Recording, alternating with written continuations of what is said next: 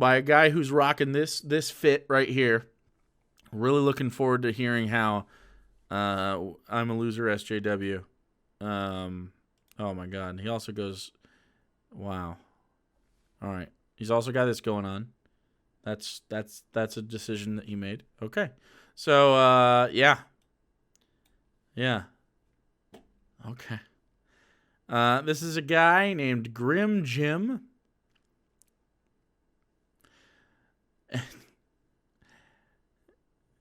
He's doing a thing called D&D. Woke scolds, SJWs, are just power gamers. Okay. All right, let's see what's going on. I don't know. You don't need to know shit about D&D to follow this video, but let's find out. It was sent to me, and he just looked so cringy. I had to figure it out. I had to know, dude. All right. Wow. Pimpin' ain't easy. Pimpin'. What's up, bitches? I'm reliably informed that I'm terrible at pimping my stuff. What? So here I am, pimping my stuff in what's hopefully an amusing way. If you want to interact with me and follow me, you can find me on Twitter @Grimasaur and... Alright, I guess we're going to have to move on. Thanks. Hello, lovelies. Did you miss my hideous vizog? Parish, and parish are all pronounced the same. That's true. Well, here it is. I want to catch up on a few things quickly at the end here. Alrighty. But there's something I want to leap on while the iron is hot. While the iron's hot. Okay. Now, it's not drama. It's more of a general point. Something interesting I think we discovered on the Legion of Myth livecast, vlog, whatever you want to call it. Check it out over on their channel. The music is really distracting. But in the midst of everything else that we were talking about, we covered a large amount of subjects there. We hit on something which I think is quite profound and goes to a lot of the disjunct between older gamers, it's profound, grognards, and the new wave of younger critters. You know, the stream junkies, the newer gamers that have come in with 5th edition D&D. Okay, he doesn't like it. A lot of the old gamers out there are really mad that there's a more diverse group of people that are playing D&D, and I think they're also mad that we play D&D and have girlfriends. I think that's a really big problem for them, and I'm not lying. I think they're really upset that we fuck. I don't think they like that we fuck at all. Because I wasn't there 15 years ago, 20 years ago. They're like, I can't believe that you come. I do. A lot. A whole lot. Volume and in regularity, okay? If I were to say to you... Do you fuck during D&D? Sometimes. Power gamer or munchkin, odds are, being my audience, you would think of someone who cheats or bends the rules in one particular way or another, or tries to create the most powerful character possible, or lives out a power fantasy by creating the most absolute powerful character that they can. That form of power gaming, that form of escapism, that form of power fantasy comes about by imagining yourself as someone else who has a great deal of power or skill or effect or influence on the world. Whoa. Wait a second. No, I'm actually a merman warlock bound to the Raven Queen, and I shoot eldritch blasts out of the palm of my hand, and I have a sword that disappears and reappears. Okay, that's a real thing about me. Okay, it's not a fantasy. All right, bro. Okay, this isn't a fantasy. You're a fucking fantasy. I mean, most RPGs are a power fantasy of some kind, because you're playing someone who is, generally speaking, quite competent, can have an influence on the world, is caught up in important events and can leverage them to do one thing or the other. Okay. I don't think the new generation approaches power gaming in exactly the same way. This is... Well, I don't like power gaming personally. I think power gaming is boring. A generation, I guess, born post 1990, perhaps. I was born in 1988, actually. Who have grown up with a lot of... You're wearing a onesie? Yes, I am. What are you wearing? What are you wearing? Tell me what you're wearing right now. What are you wearing? What clothing are you wearing, Wyatt? Explain.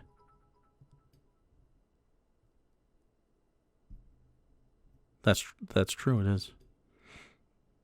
Wow, Wyatt. Pretty slow typer. Probably a beta. Can't believe it. Can't believe it. A loosely wrapped towel. A fake pair of tits? Well, there you go, Wyatt. It's not really something you wear. If it's inside you, you're not wearing. Unless it's on the outside. Like Sneaky, you could be wearing some cosplay titties. Good, we accept that. A lot of fan fiction. They have their own OCs, original characters, original concepts, and so on. And I'm currently a Tiefling Warlock using the custom symbiote class that you made, Jake. My DM loves it. My group is so strongly focused on RP above everything right now. Hell yeah. You can buy that symbiote Warlock class for $1. And there's much more of a tendency to project oneself into the world, to have self-insert characters, to have... What do you what do you think role-playing is? It's always going to be an aspect of self-insert. You're yourself. You just can't not involve you in that.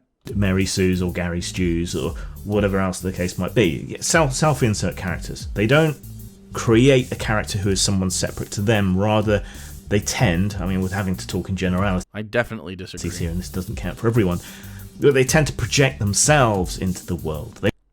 I really definitely disagree. They want to play someone who is TNAV, thanks for the 23 exactly months. the same as themselves in a lot of ways. This is a generation to whom representation is important, though it's not so important for older generations of gamers because they understand that they're playing a character. This isn't necessarily a criticism. I'm trying to create some sort of empathy here, really, through understanding. So, old school power gaming, create a really powerful character, someone who has influence on the world. Newer generation power gaming, munchkinism, is to self-insert into the... Why are they saying munchkinism? I don't understand why there's this really weird phenomenon that happens in these spaces. I don't know what it is with people that tabletop, but they fucking cannot stand if you do it your way.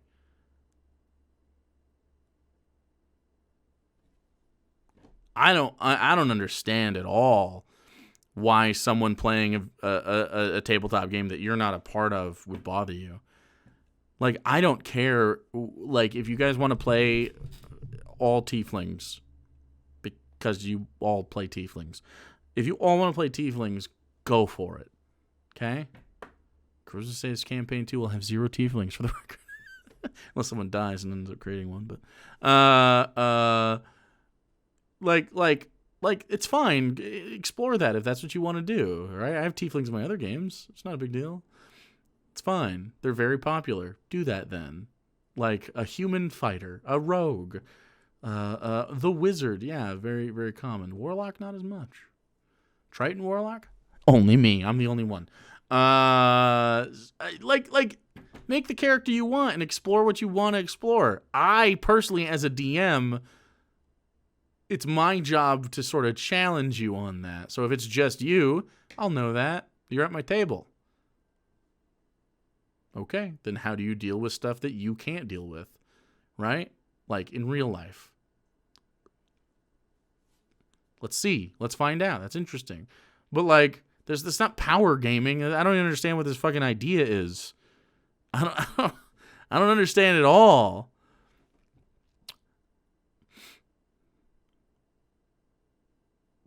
An elf raised by dwarves named the tallest in Dwarvish.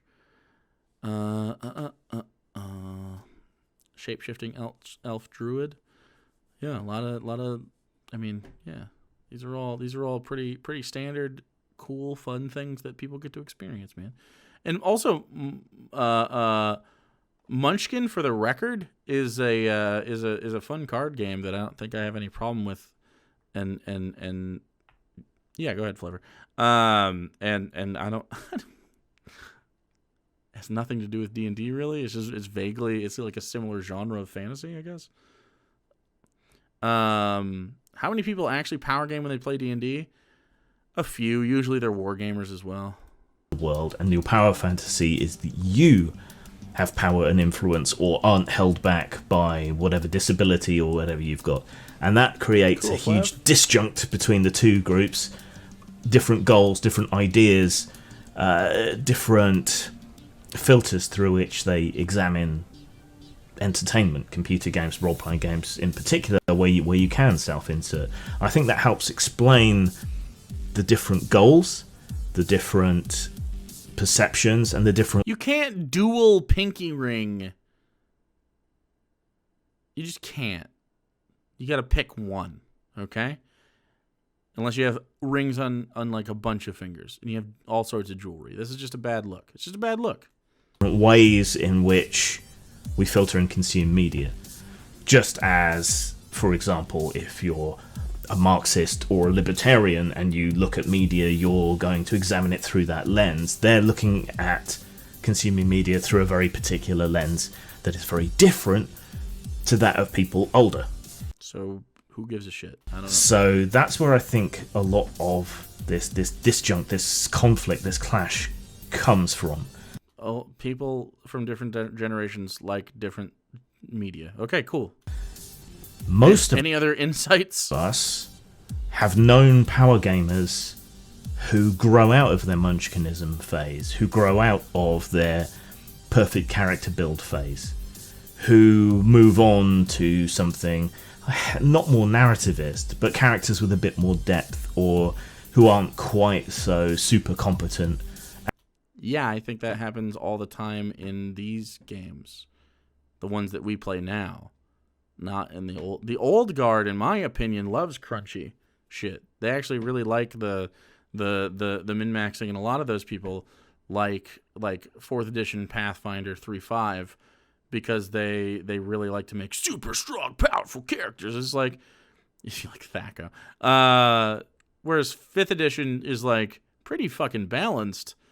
Point buy is clearly the best. I wouldn't roll for it like old school anymore. It just doesn't. It makes you feel samey. But yeah, I think point buy, really, really cool. At everything, where what comes first is the character and what the character would do, who the character is, playing something very different from themselves. Not yeah, that's how we play D&D. If you guys have ever watched the D&D streams, which you should, an idealized version of themselves, not something or someone they wish they could be, but something more interesting with more depth. Yeah, as you get further into the hobby. So, viewed from that perspective, if those old school power gamer munchkins can grow out of it and become more concerned with other things, better things, honing their art, their pastime, becoming interested in more complicated and mature themes and ideas and so on, develop their palate, put it that way. If they could do that. This guy's using singular theys on thin ice with the Chud gamers. True. 3.5 is hard to DM at higher levels. 5e feels like a lot better to me than somebody who's trying to be the whole damn world for our players. 3.5 sucks. It's just really bad. It's a bad system. It's incredibly crunchy. So unless you're fucking, unless you like being on your calculator a lot, then just play 5th edition. It's simpler. You get to roll a bunch of dice. It feels good. I don't know why you it's gotta feel. Has he made a point? No. Then this influx that we've had can and probably will do that over time and become more capable of dealing with more mature themes. So, to put it another way, a more sympathetic way, doesn't necessarily sound like it, but I don't mean it in an insulting way. A lot of these people who are arguing for things like combat wheelchairs and... So get a combat wheelchair. Yeah, greater representation and so on. They're just immature gamers. Oh my god. There's the take. They're immature. You're immature if you would like more representation in your games. As a member of the old guard, I intentionally build flaws in my super crunchy characters, but it is something I had to learn to do, I will admit. Well, yeah, but the old systems didn't reward you for doing anything like that. Combat wheelchair is cool. Who gives a shit? Like, just let someone have a wheelchair. I don't understand. Like, okay, now they have a wheelchair. Done. Easy. I don't mean that in a mean or judgmental way. We've all tolerated munchkins of the more traditional sort. If we view it that way, if we encourage them to grow beyond their bounds. Okay, but what if... Okay, so what if... Because he's saying that these are self-insured. If you have a wheelchair, right? If you are a person that uses a wheelchair for your mobility, he's saying that you will self-insert and your character will have a wheelchair. Maybe. It's possible. What if I want to have a character in a wheelchair? Can I do that or no? Is the wheelchair now viable for me because I can walk in real life or what? Like, same dude that's like, oh, I guess you could play a blind monk because it's a trope, but if you're actually blind, no blind monk for you, trope guy. It's like, what are you talking about? Just let people play the fucking thing they want. This guy would suck to be at the table with, 100%. To consider more complicated and mature themes and ideas, then maybe these problems will go away a bit over time. What's the problem? We can only hope. Hope what? All right, he hasn't really said anything, and I think the rest of it's just going to be him pimping his shit. So that's the... Well, let's talk about this separately, away from this guy he's just boring. And then Sweetie Bunny Mommy. Are you still here or did you go to bed? I thought you said you were going to go to bed, didn't you? Fuck. But you're at the tippy top. Oh, no. That's rough. Oh, well. So... Sounds like he's the problem. Well, yeah, he is. So D&D, if you don't know, has had a recent sort of conversation around diversity and the idea that, like, I think we shouldn't typecast certain races within the D&D to sort of perpetuate specific tropes in our gaming. I'm trying to look for the book I have, but I guess it's not in here. Oh, it's in a pile over there. I'm not kidding. And they're basically like, hey, like orcs don't always have to be bad. Orcs can be whatever you want, and they gave optional rules to where you don't have to use alignments, and then they also gave optional rules to say that, well, your race that you pick in D&D doesn't necessarily have to one-to-one inform your statistical bonuses that you get. Like, for instance, orcs, again, usually get high strength and their intelligence is lowered. But what if you want to play like an orc wizard? It's not super viable. It's fun to do. You could do it that way. That's fine. If you want to go with like the old like, oh, this orc was a dum, and now he's a smart, and now he's a wizard. Something you can go with. That's fine. But really, for the optional rules, they erased the negative race modifier. But also, they did stuff like, you can just use your character class and background to decide what your aptitude is in, and you can assign modifiers this way. It's only optional rules, and I think it's great. It just adds more customization. It's cool. You can use them if you want to in my games. It's not a big deal to me. I don't really give a shit. As long as you can justify narratively the reason that you would have skill bonuses in certain things, and you work them into your role play, I'm 100% down with it. I don't care. I'm way more focused in making sure that everybody has a well-rounded character that feels tethered to the world, so that you have a better experience as a player than I am in what your numbers are, because I can control the numbers. I'm the DM. I do point-buy system. I start every statistic at 6. You can have less than 6 if you want to, and if you don't know how this works, I can show you with... I have a character sheet in here for myself, probably. Yeah, I'll show you this one. Is this one... Yeah, I'll show you this one. Okay, so this is a character sheet. You can't see it super well, but over here you see strength, dex, con, intelligence, wisdom, charisma, then the skills associated within. I start all of these at 6 at first level, and then you have I think it's 32 points total to put in however you'd like. And then on top of that, you can put your whatever bonuses you get from the race you pick, or however we decide that. And so it makes you, usually, you can be good at everything. You be fine at everything. Like an average person at base 10 is basically as good as everything. And a 10 gives you a +0 modifier. So it's just whatever this D20 roll is, which I rolled a 3. Yikes.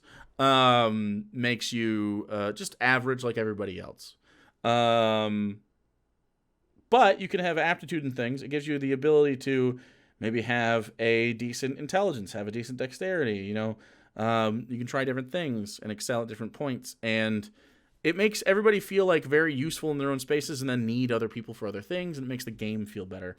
But that's really, and however, like this guy's name is Yorson.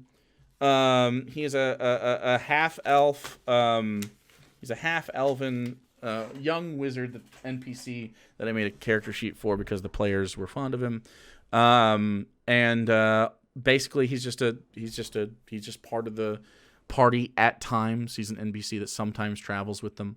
And he has his own backstory and his own shit going on, and that's pretty much the whole. Was just a gorilla. Yeah, the proficiency grouping is way better. I definitely agree. It's available.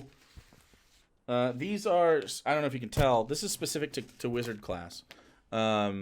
So it's specifically wizard class right there. And then it has all this stuff. It has the spells and stuff on here. Although I keep them on the back. I like this menu better than I like this one. And it just has the stuff he knows, what's prepared, etc., etc. It's a really good time. I really like this. Yeah,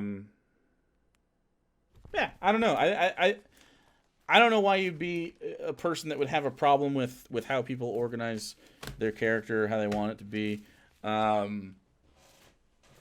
don't know. I think that's pretty fucking weird. I think it's pretty weird. If you're playing Dungeons and Dragons, that's dope, and I want you to enjoy that and experience the cool character within. That's something I want for you.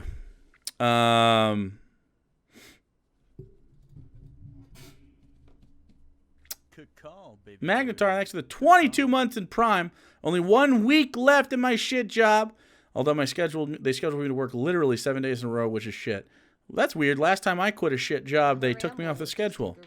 Johanna Knight, thanks again for the follow. Thanks. Had a DM who once had us make a 6x6 grid of rolled stats. You could pick your array in a bingo style. It was wild. That's some old school AD&D shit. I actually have that book somewhere around here. Where'd it go? Well, fuck. I literally had it like 2 days ago. I was playing with it. Where'd I put that shit? Am I dumb? I feel dumb. Suddenly I feel dumb, chat. Where did I put you? It's a really cool book. What did I do? It was right here. Huh. Well, guess that's gone. Anyway, it has like at the beginning of it says like, here's how you can roll character stats.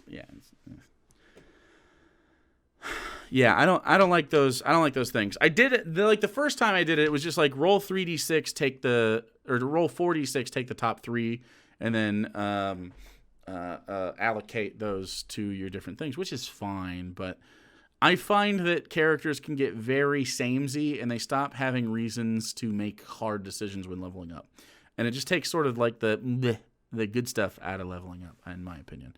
Yeah. Anyway, so that's pretty much the end of everything. That's pretty much the end of it all.